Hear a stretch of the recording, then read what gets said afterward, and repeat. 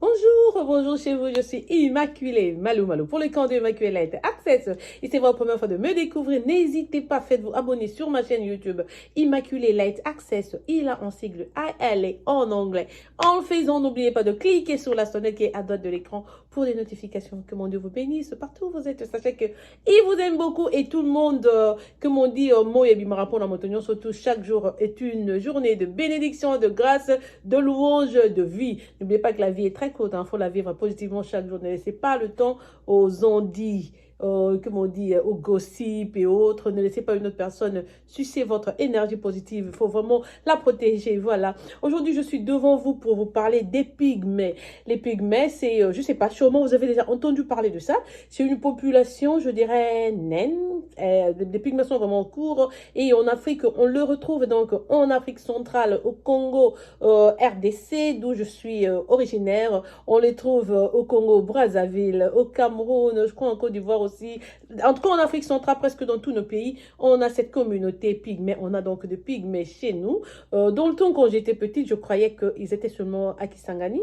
Puis après, on nous parlait de l'Équateur, mais je ne sais pas que c'était vraiment à l'Est, là, à l'Est partout. On a donc des pygmées. On les aime beaucoup, c'est des Congolais comme nous. Ils ont droit à tous les droits. Ils ont droit à tous les bénéfices dont nous bénéficions aussi. Il y en a donc, ils sont humains comme nous et tout. Et on les respecte et d'ailleurs, on les aime. Vous avez vu dans le temps, on a eu Emoro, Joli Bébé, qui ont presté auprès de l'artiste Pépé Calais. Jusqu'à aujourd'hui, même dans le théâtre chez nous, au Congo, on a toujours incorporé les pygmées. Donc, de chez nous, en tout cas, on les aime et ils sont bien traités. Et donc voilà, je voulais juste dire que on a constaté que leur population est en train de s'accroître ou accroître comme vous n'avez pas idée, sont en train de doubler, tripler et tout en peu de temps. Alors les gens se posent des questions, mais aujourd'hui en fait je parle des pygmées de Libenge. Libenge qui est une commune non loin de Guémena, toujours au Congo RDC.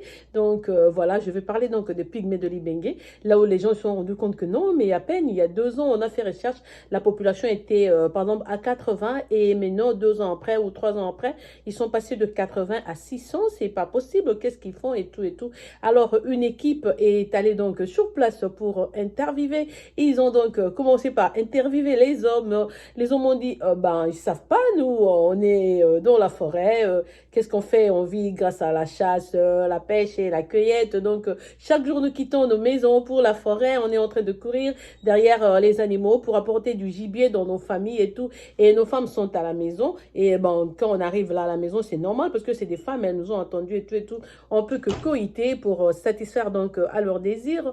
Et après, bon, quand il s'agit de contrôler le corps de la femme ou son cycle, c'est plutôt à elle de se contrôler. Donc, carrément, ils ont jeté la balle aux femmes. Et on demande les femmes disent que non, non, non, non, non. Au fait, ce sont eux, quand ils vont à la forêt, ils sont tellement fatigués. En plus, comme on habite la brousse, quand ils arrivent ici, quand ils retournent, donc le soir, on n'a pas grand-chose à faire. Quand ils retournent, on a déjà préparé, ils arrivent, ils mangent et tout. Et du coup, il n'y a pas d'électricité, on se retrouve au lit. Et comme entertainment, comme divertissement, donc on fait que ça. Donc on passe plus de temps d'intimité chaque jour. Et les femmes donc ont condamné les hommes que non, ils nous laissent pas nous reposer. C'est chaque jour qu'ils font ça. Et devant on se plaint entre voisines, on se parle. Toi aussi, ah, moi aussi mon homme c'est comme ça. Moi c'est comme ça. Ils ont dit donc 365 jours par année, 365 jours ils sont en coït avec leurs hommes, avec leurs maris. Donc du coup leur estomac n'a pas de repos. C'est un enfant sort, un autre remplace, un bébé sort, un bébé remplace, c'est comme cela. Ils se sont retrouvés avec beaucoup, beaucoup, beaucoup d'enfants dans chaque famille des pygmées des Libenge. Et maintenant, avec la crise, spécialement avec la guerre, avec le système économique qui a eu une décroissance au Congo, et donc ils ne savent pas vraiment subvenir aux besoins de leurs enfants. Et voilà, donc il y a des petites crises comme ça. Alors, ils ont commencé à dire que non, peut-être qu'en ville, on sera beaucoup mieux. Nous devons quitter la forêt. Avec la guerre aussi, tous ces gens, tous ces étrangers qui sont souvent infiltrés pour attaquer la population congolaise. Donc, ils se sont décidés. Ils ont dit non, on fera peut-être mieux d'être en ville avec les autres. Parce qu'ici, on est trop seul dans la forêt. Si les bandes armées venez donc nous surprenez ici, ils risqueront donc de nous exécuter et on va plus exister. Prenons donc les enfants, nos femmes et tout, allons en ville. Donc, ils ont quitté leur forêt, leur brousse pour aller s'installer en ville. Les femmes disaient non, seulement comme ils sont en ville, les hommes seront peut-être occupés autrement et pourront trouver autre chose à faire. Comme ça, elles auront un peu de répit et tout. Mais non, ils ont vu que même en ville, le nombre d'enfants a continué. Donc, il y a eu pas tellement de repos. Et pourtant, en ce moment-ci, les hommes disent que non. Au fait, depuis qu'ils sont en ville, parce qu'ils font plus la forêt comme ils le faisaient avant, ils ont un peu changé leur besogne et tout. Donc, ils ont plus de temps à laisser aussi quelques jours à leurs femmes de se reposer. Donc, toujours comme d'habitude, ils incombent la faute aux femmes qui ne savent pas gérer leur cycle de menstruation. C'est pour cela elles tombent tout le temps enceintes et on leur demande si on pourra trouver un truc pour parler cela. Ils disent que non, vous devez sûrement parler aux femmes. Nos femmes doivent trouver comment contrôler cela. C'est leur corps, nous ne sommes que les hommes et tout. Mais tous, ils ont avoué que depuis qu'ils ont quitté la forêt et ils ont donc immigré de la forêt à la ville, ils sont moins intimes avec leurs femmes. Donc, ils ne comprennent pas pourquoi il y a toujours des bébés, donc il n'y a pas eu changement. Et puis, vers la fin, donc à la fin de l'interview, un d'eux a suivi le groupe qui était parti là, le groupe de reporters qui était parti là pour l'interview. Il leur dit, au fait, le problème, c'est quoi? Les bébés que ces femmes ont au fait, la nuit, quand leurs hommes rentrent de boulot et du boulot et tout, ils sont extrêmement fatigués. Donc, ils vont au lit pour dormir.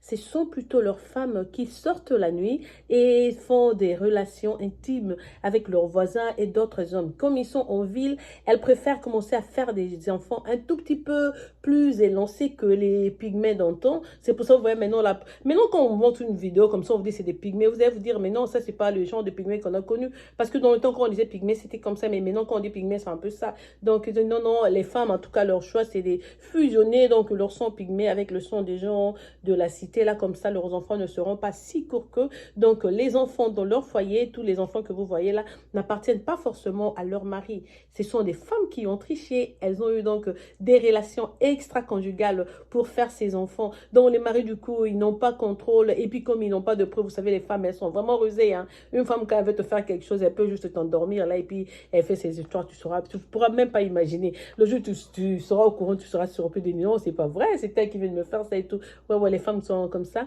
Le monsieur l'a témoigné, il a dit non, non, non, j'ai vraiment des preuves de beaucoup de femmes. D'ailleurs, toutes les femmes que vous venez d'intervenir, là, je peux aller dans vos foyers, je vous dis que ça, c'est l'enfant de tel monsieur, celui-ci, c'est avec tel monsieur, celui-ci.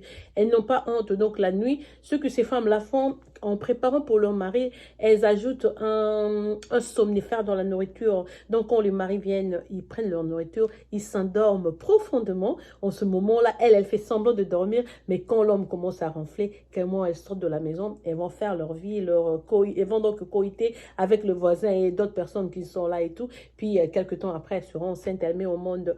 Le monsieur dit qu'ils comprennent, ils ont vu que les enfants n'ont pas tellement de ressemblance avec eux, mais ils n'ont pas l'habitude de dire à leur femme, non, c'est fini, au revoir, on se sépare et tout. Leur communauté, on sait que c'est une communauté restreinte, mais ils préfèrent comment garder leur famille, donc leurs enfants et femmes, donc comme ça, même s'ils comprennent que les femmes ont triché et tout, mais ils finissent toujours par accepter, même ces enfants-là, ils restent comme ça en famille chez eux, donc voilà, et on a donc dit que l'on doit envoyer un autre groupe, sûrement un groupe de femmes qui serait là pour essayer de prodiguer conseil à ces femmes-là pour commencer à se contrôler, parce que d'abord les pygmées, ils n'ont pas, leur expérience de vie n'est pas très longue, si tu comparais à la nôtre, les pygmées meurent un peu plus tôt que nous, donc c'est un peu dangereux pour elles de se mettre à avoir beaucoup d'enfants comme ça. Il y a une équipe qui s'apprête, qui ira donc sur le champ pour parler à ces femmes et leur dire que non, voilà, c'est pour votre santé, c'est pour vous-même, arrêtez de faire des enfants comme ça. Pourquoi avec la conjoncture d'aujourd'hui, là, vous allez vous permettre à commencer à faire 9, 10 enfants et tout. Et le mari même reconnaît que ce ne sont pas leurs enfants. Donc, si vous voulez aller avec ces hommes-là qui sont hors qui ne font pas partie de votre communauté, vous pouvez toujours divorcer le monsieur qui est avec vous et puis vous l'épouser, vous restez avec lui. Ou même pas épouser officiellement comme on le dit, donc restez avec celui-là, mais vous libérez ce monsieur, c'est qui peut se taper une autre femme. Vous quittez votre relation pour aller être en intimité avec un monsieur qui a une autre femme chez lui, ça risque de vous exposer, vous risquez d'attraper des infections, vous risquez... Beaucoup d'entre elles, au fait, meurent aussi et tout, pour des raisons inconnues. Donc, il y a eu un groupe qui... Au fait, le groupe est en train de travailler sur le champ là, tel que je vous parle, le groupe s'apprête pour aller leur donner de conseils sur la vie, une éducation à la vie, de leur dire que non, parce qu'elles n'ont aucune idée comment le cycle menstruel fonctionne, comment empêcher que tu peux être donc en intimité sans tomber enceinte et tout et tout. Donc une équipe s'apprête pour aller leur donner ces leçons-là. Les interviews, donc l'interview s'est bien passée, il y a eu du tam-tam, le feu, on a bu et tout et tout. Elles étaient toutes gentilles, vraiment l'ambiance était très bonne, comme tout Congolais qui se respectent, ils ont très bien accueilli l'équipe venant des États-Unis du Canada, donc ça s'est bien passé.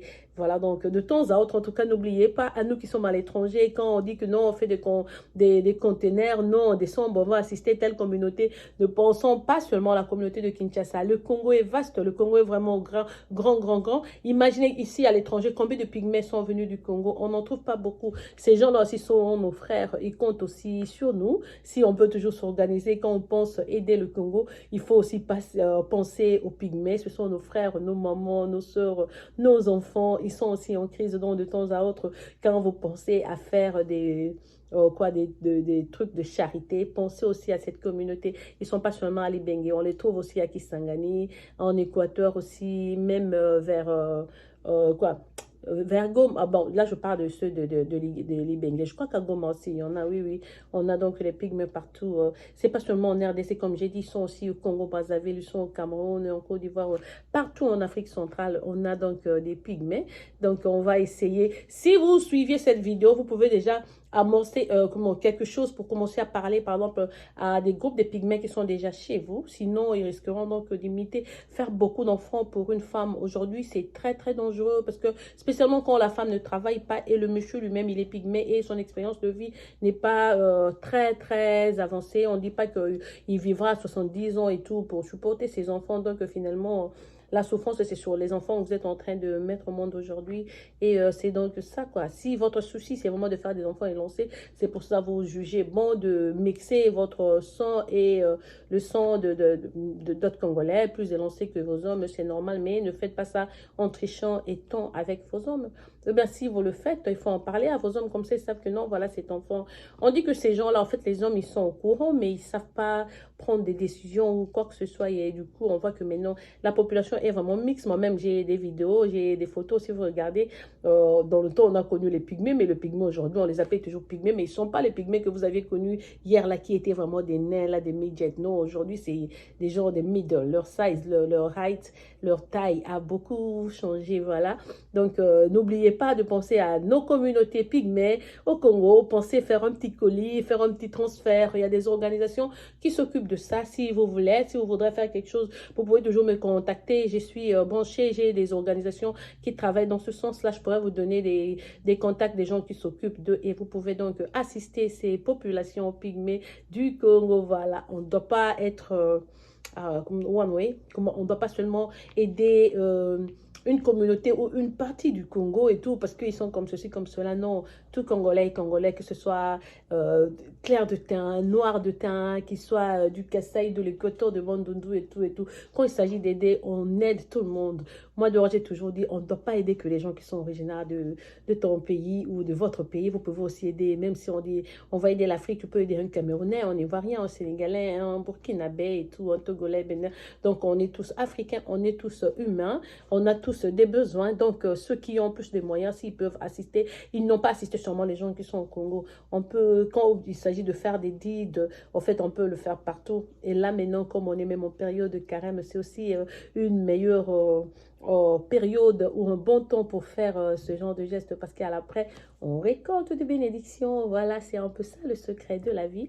Et voilà, c'était donc Immaculée pour le compte de Immaculate Access. Et je voulais seulement parler des pygmées. Donc, pour vous éveiller, il ne faut pas oublier notre population. Hein. Vous avez aimé Emoro et Joli Bébé chez Pépé Calais avec d'autres. Je vois même d'autres faire des vidéos de danse sur Instagram. Je ne sais pas s'il est du Congo, du Nigeria ou de Tanzanie, je ne sais pas, mais je vois une qui est vraiment là, elle fait des jolies vidéos et tout. Donc, en tout cas, ce sont des gens comme nous, il ne faut pas les oublier, surtout ne pas les maltraiter, il faut les considérer 100%. C'est comme en route, quand on fait l'auto-école, on dit non, voilà, toi, tu es à ta voiture, tu conduis, mais la personne qui est sur vélo, il a le même droit que toi. Lui, c'est son moyen de déplacement. Toi, c'est ta voiture, c'est ton moyen de déplacement. Tu dois laisser son espace, tu dois respecter ce qu'il fait. C'est pas parce qu'il est sur vélo que tu iras le coincer ou tu vas l'étouffer pour dire que non, voilà, moi, j'ai la voiture et tout et tout. Non, c'est pareil. On est tous pareils. Une personne à vélo et toi qui es donc en voiture, vous allez rouler donc de la même façon. Vous allez respecter le code de la route de la même façon. Voilà.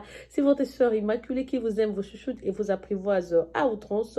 Je suis en train de sortir avant hier, c'était l'anniversaire de ma fille aînée. Donc, c'est demain qu'on va célébrer son anniversaire. Je ne sais pas si je pourrais faire une vidéo et poster parce que d'habitude, ma vie privée, je préfère vraiment la garder pour moi. Je suis égoïste à ce point. Surtout quand il s'agit des enfants, il faut toujours les protéger.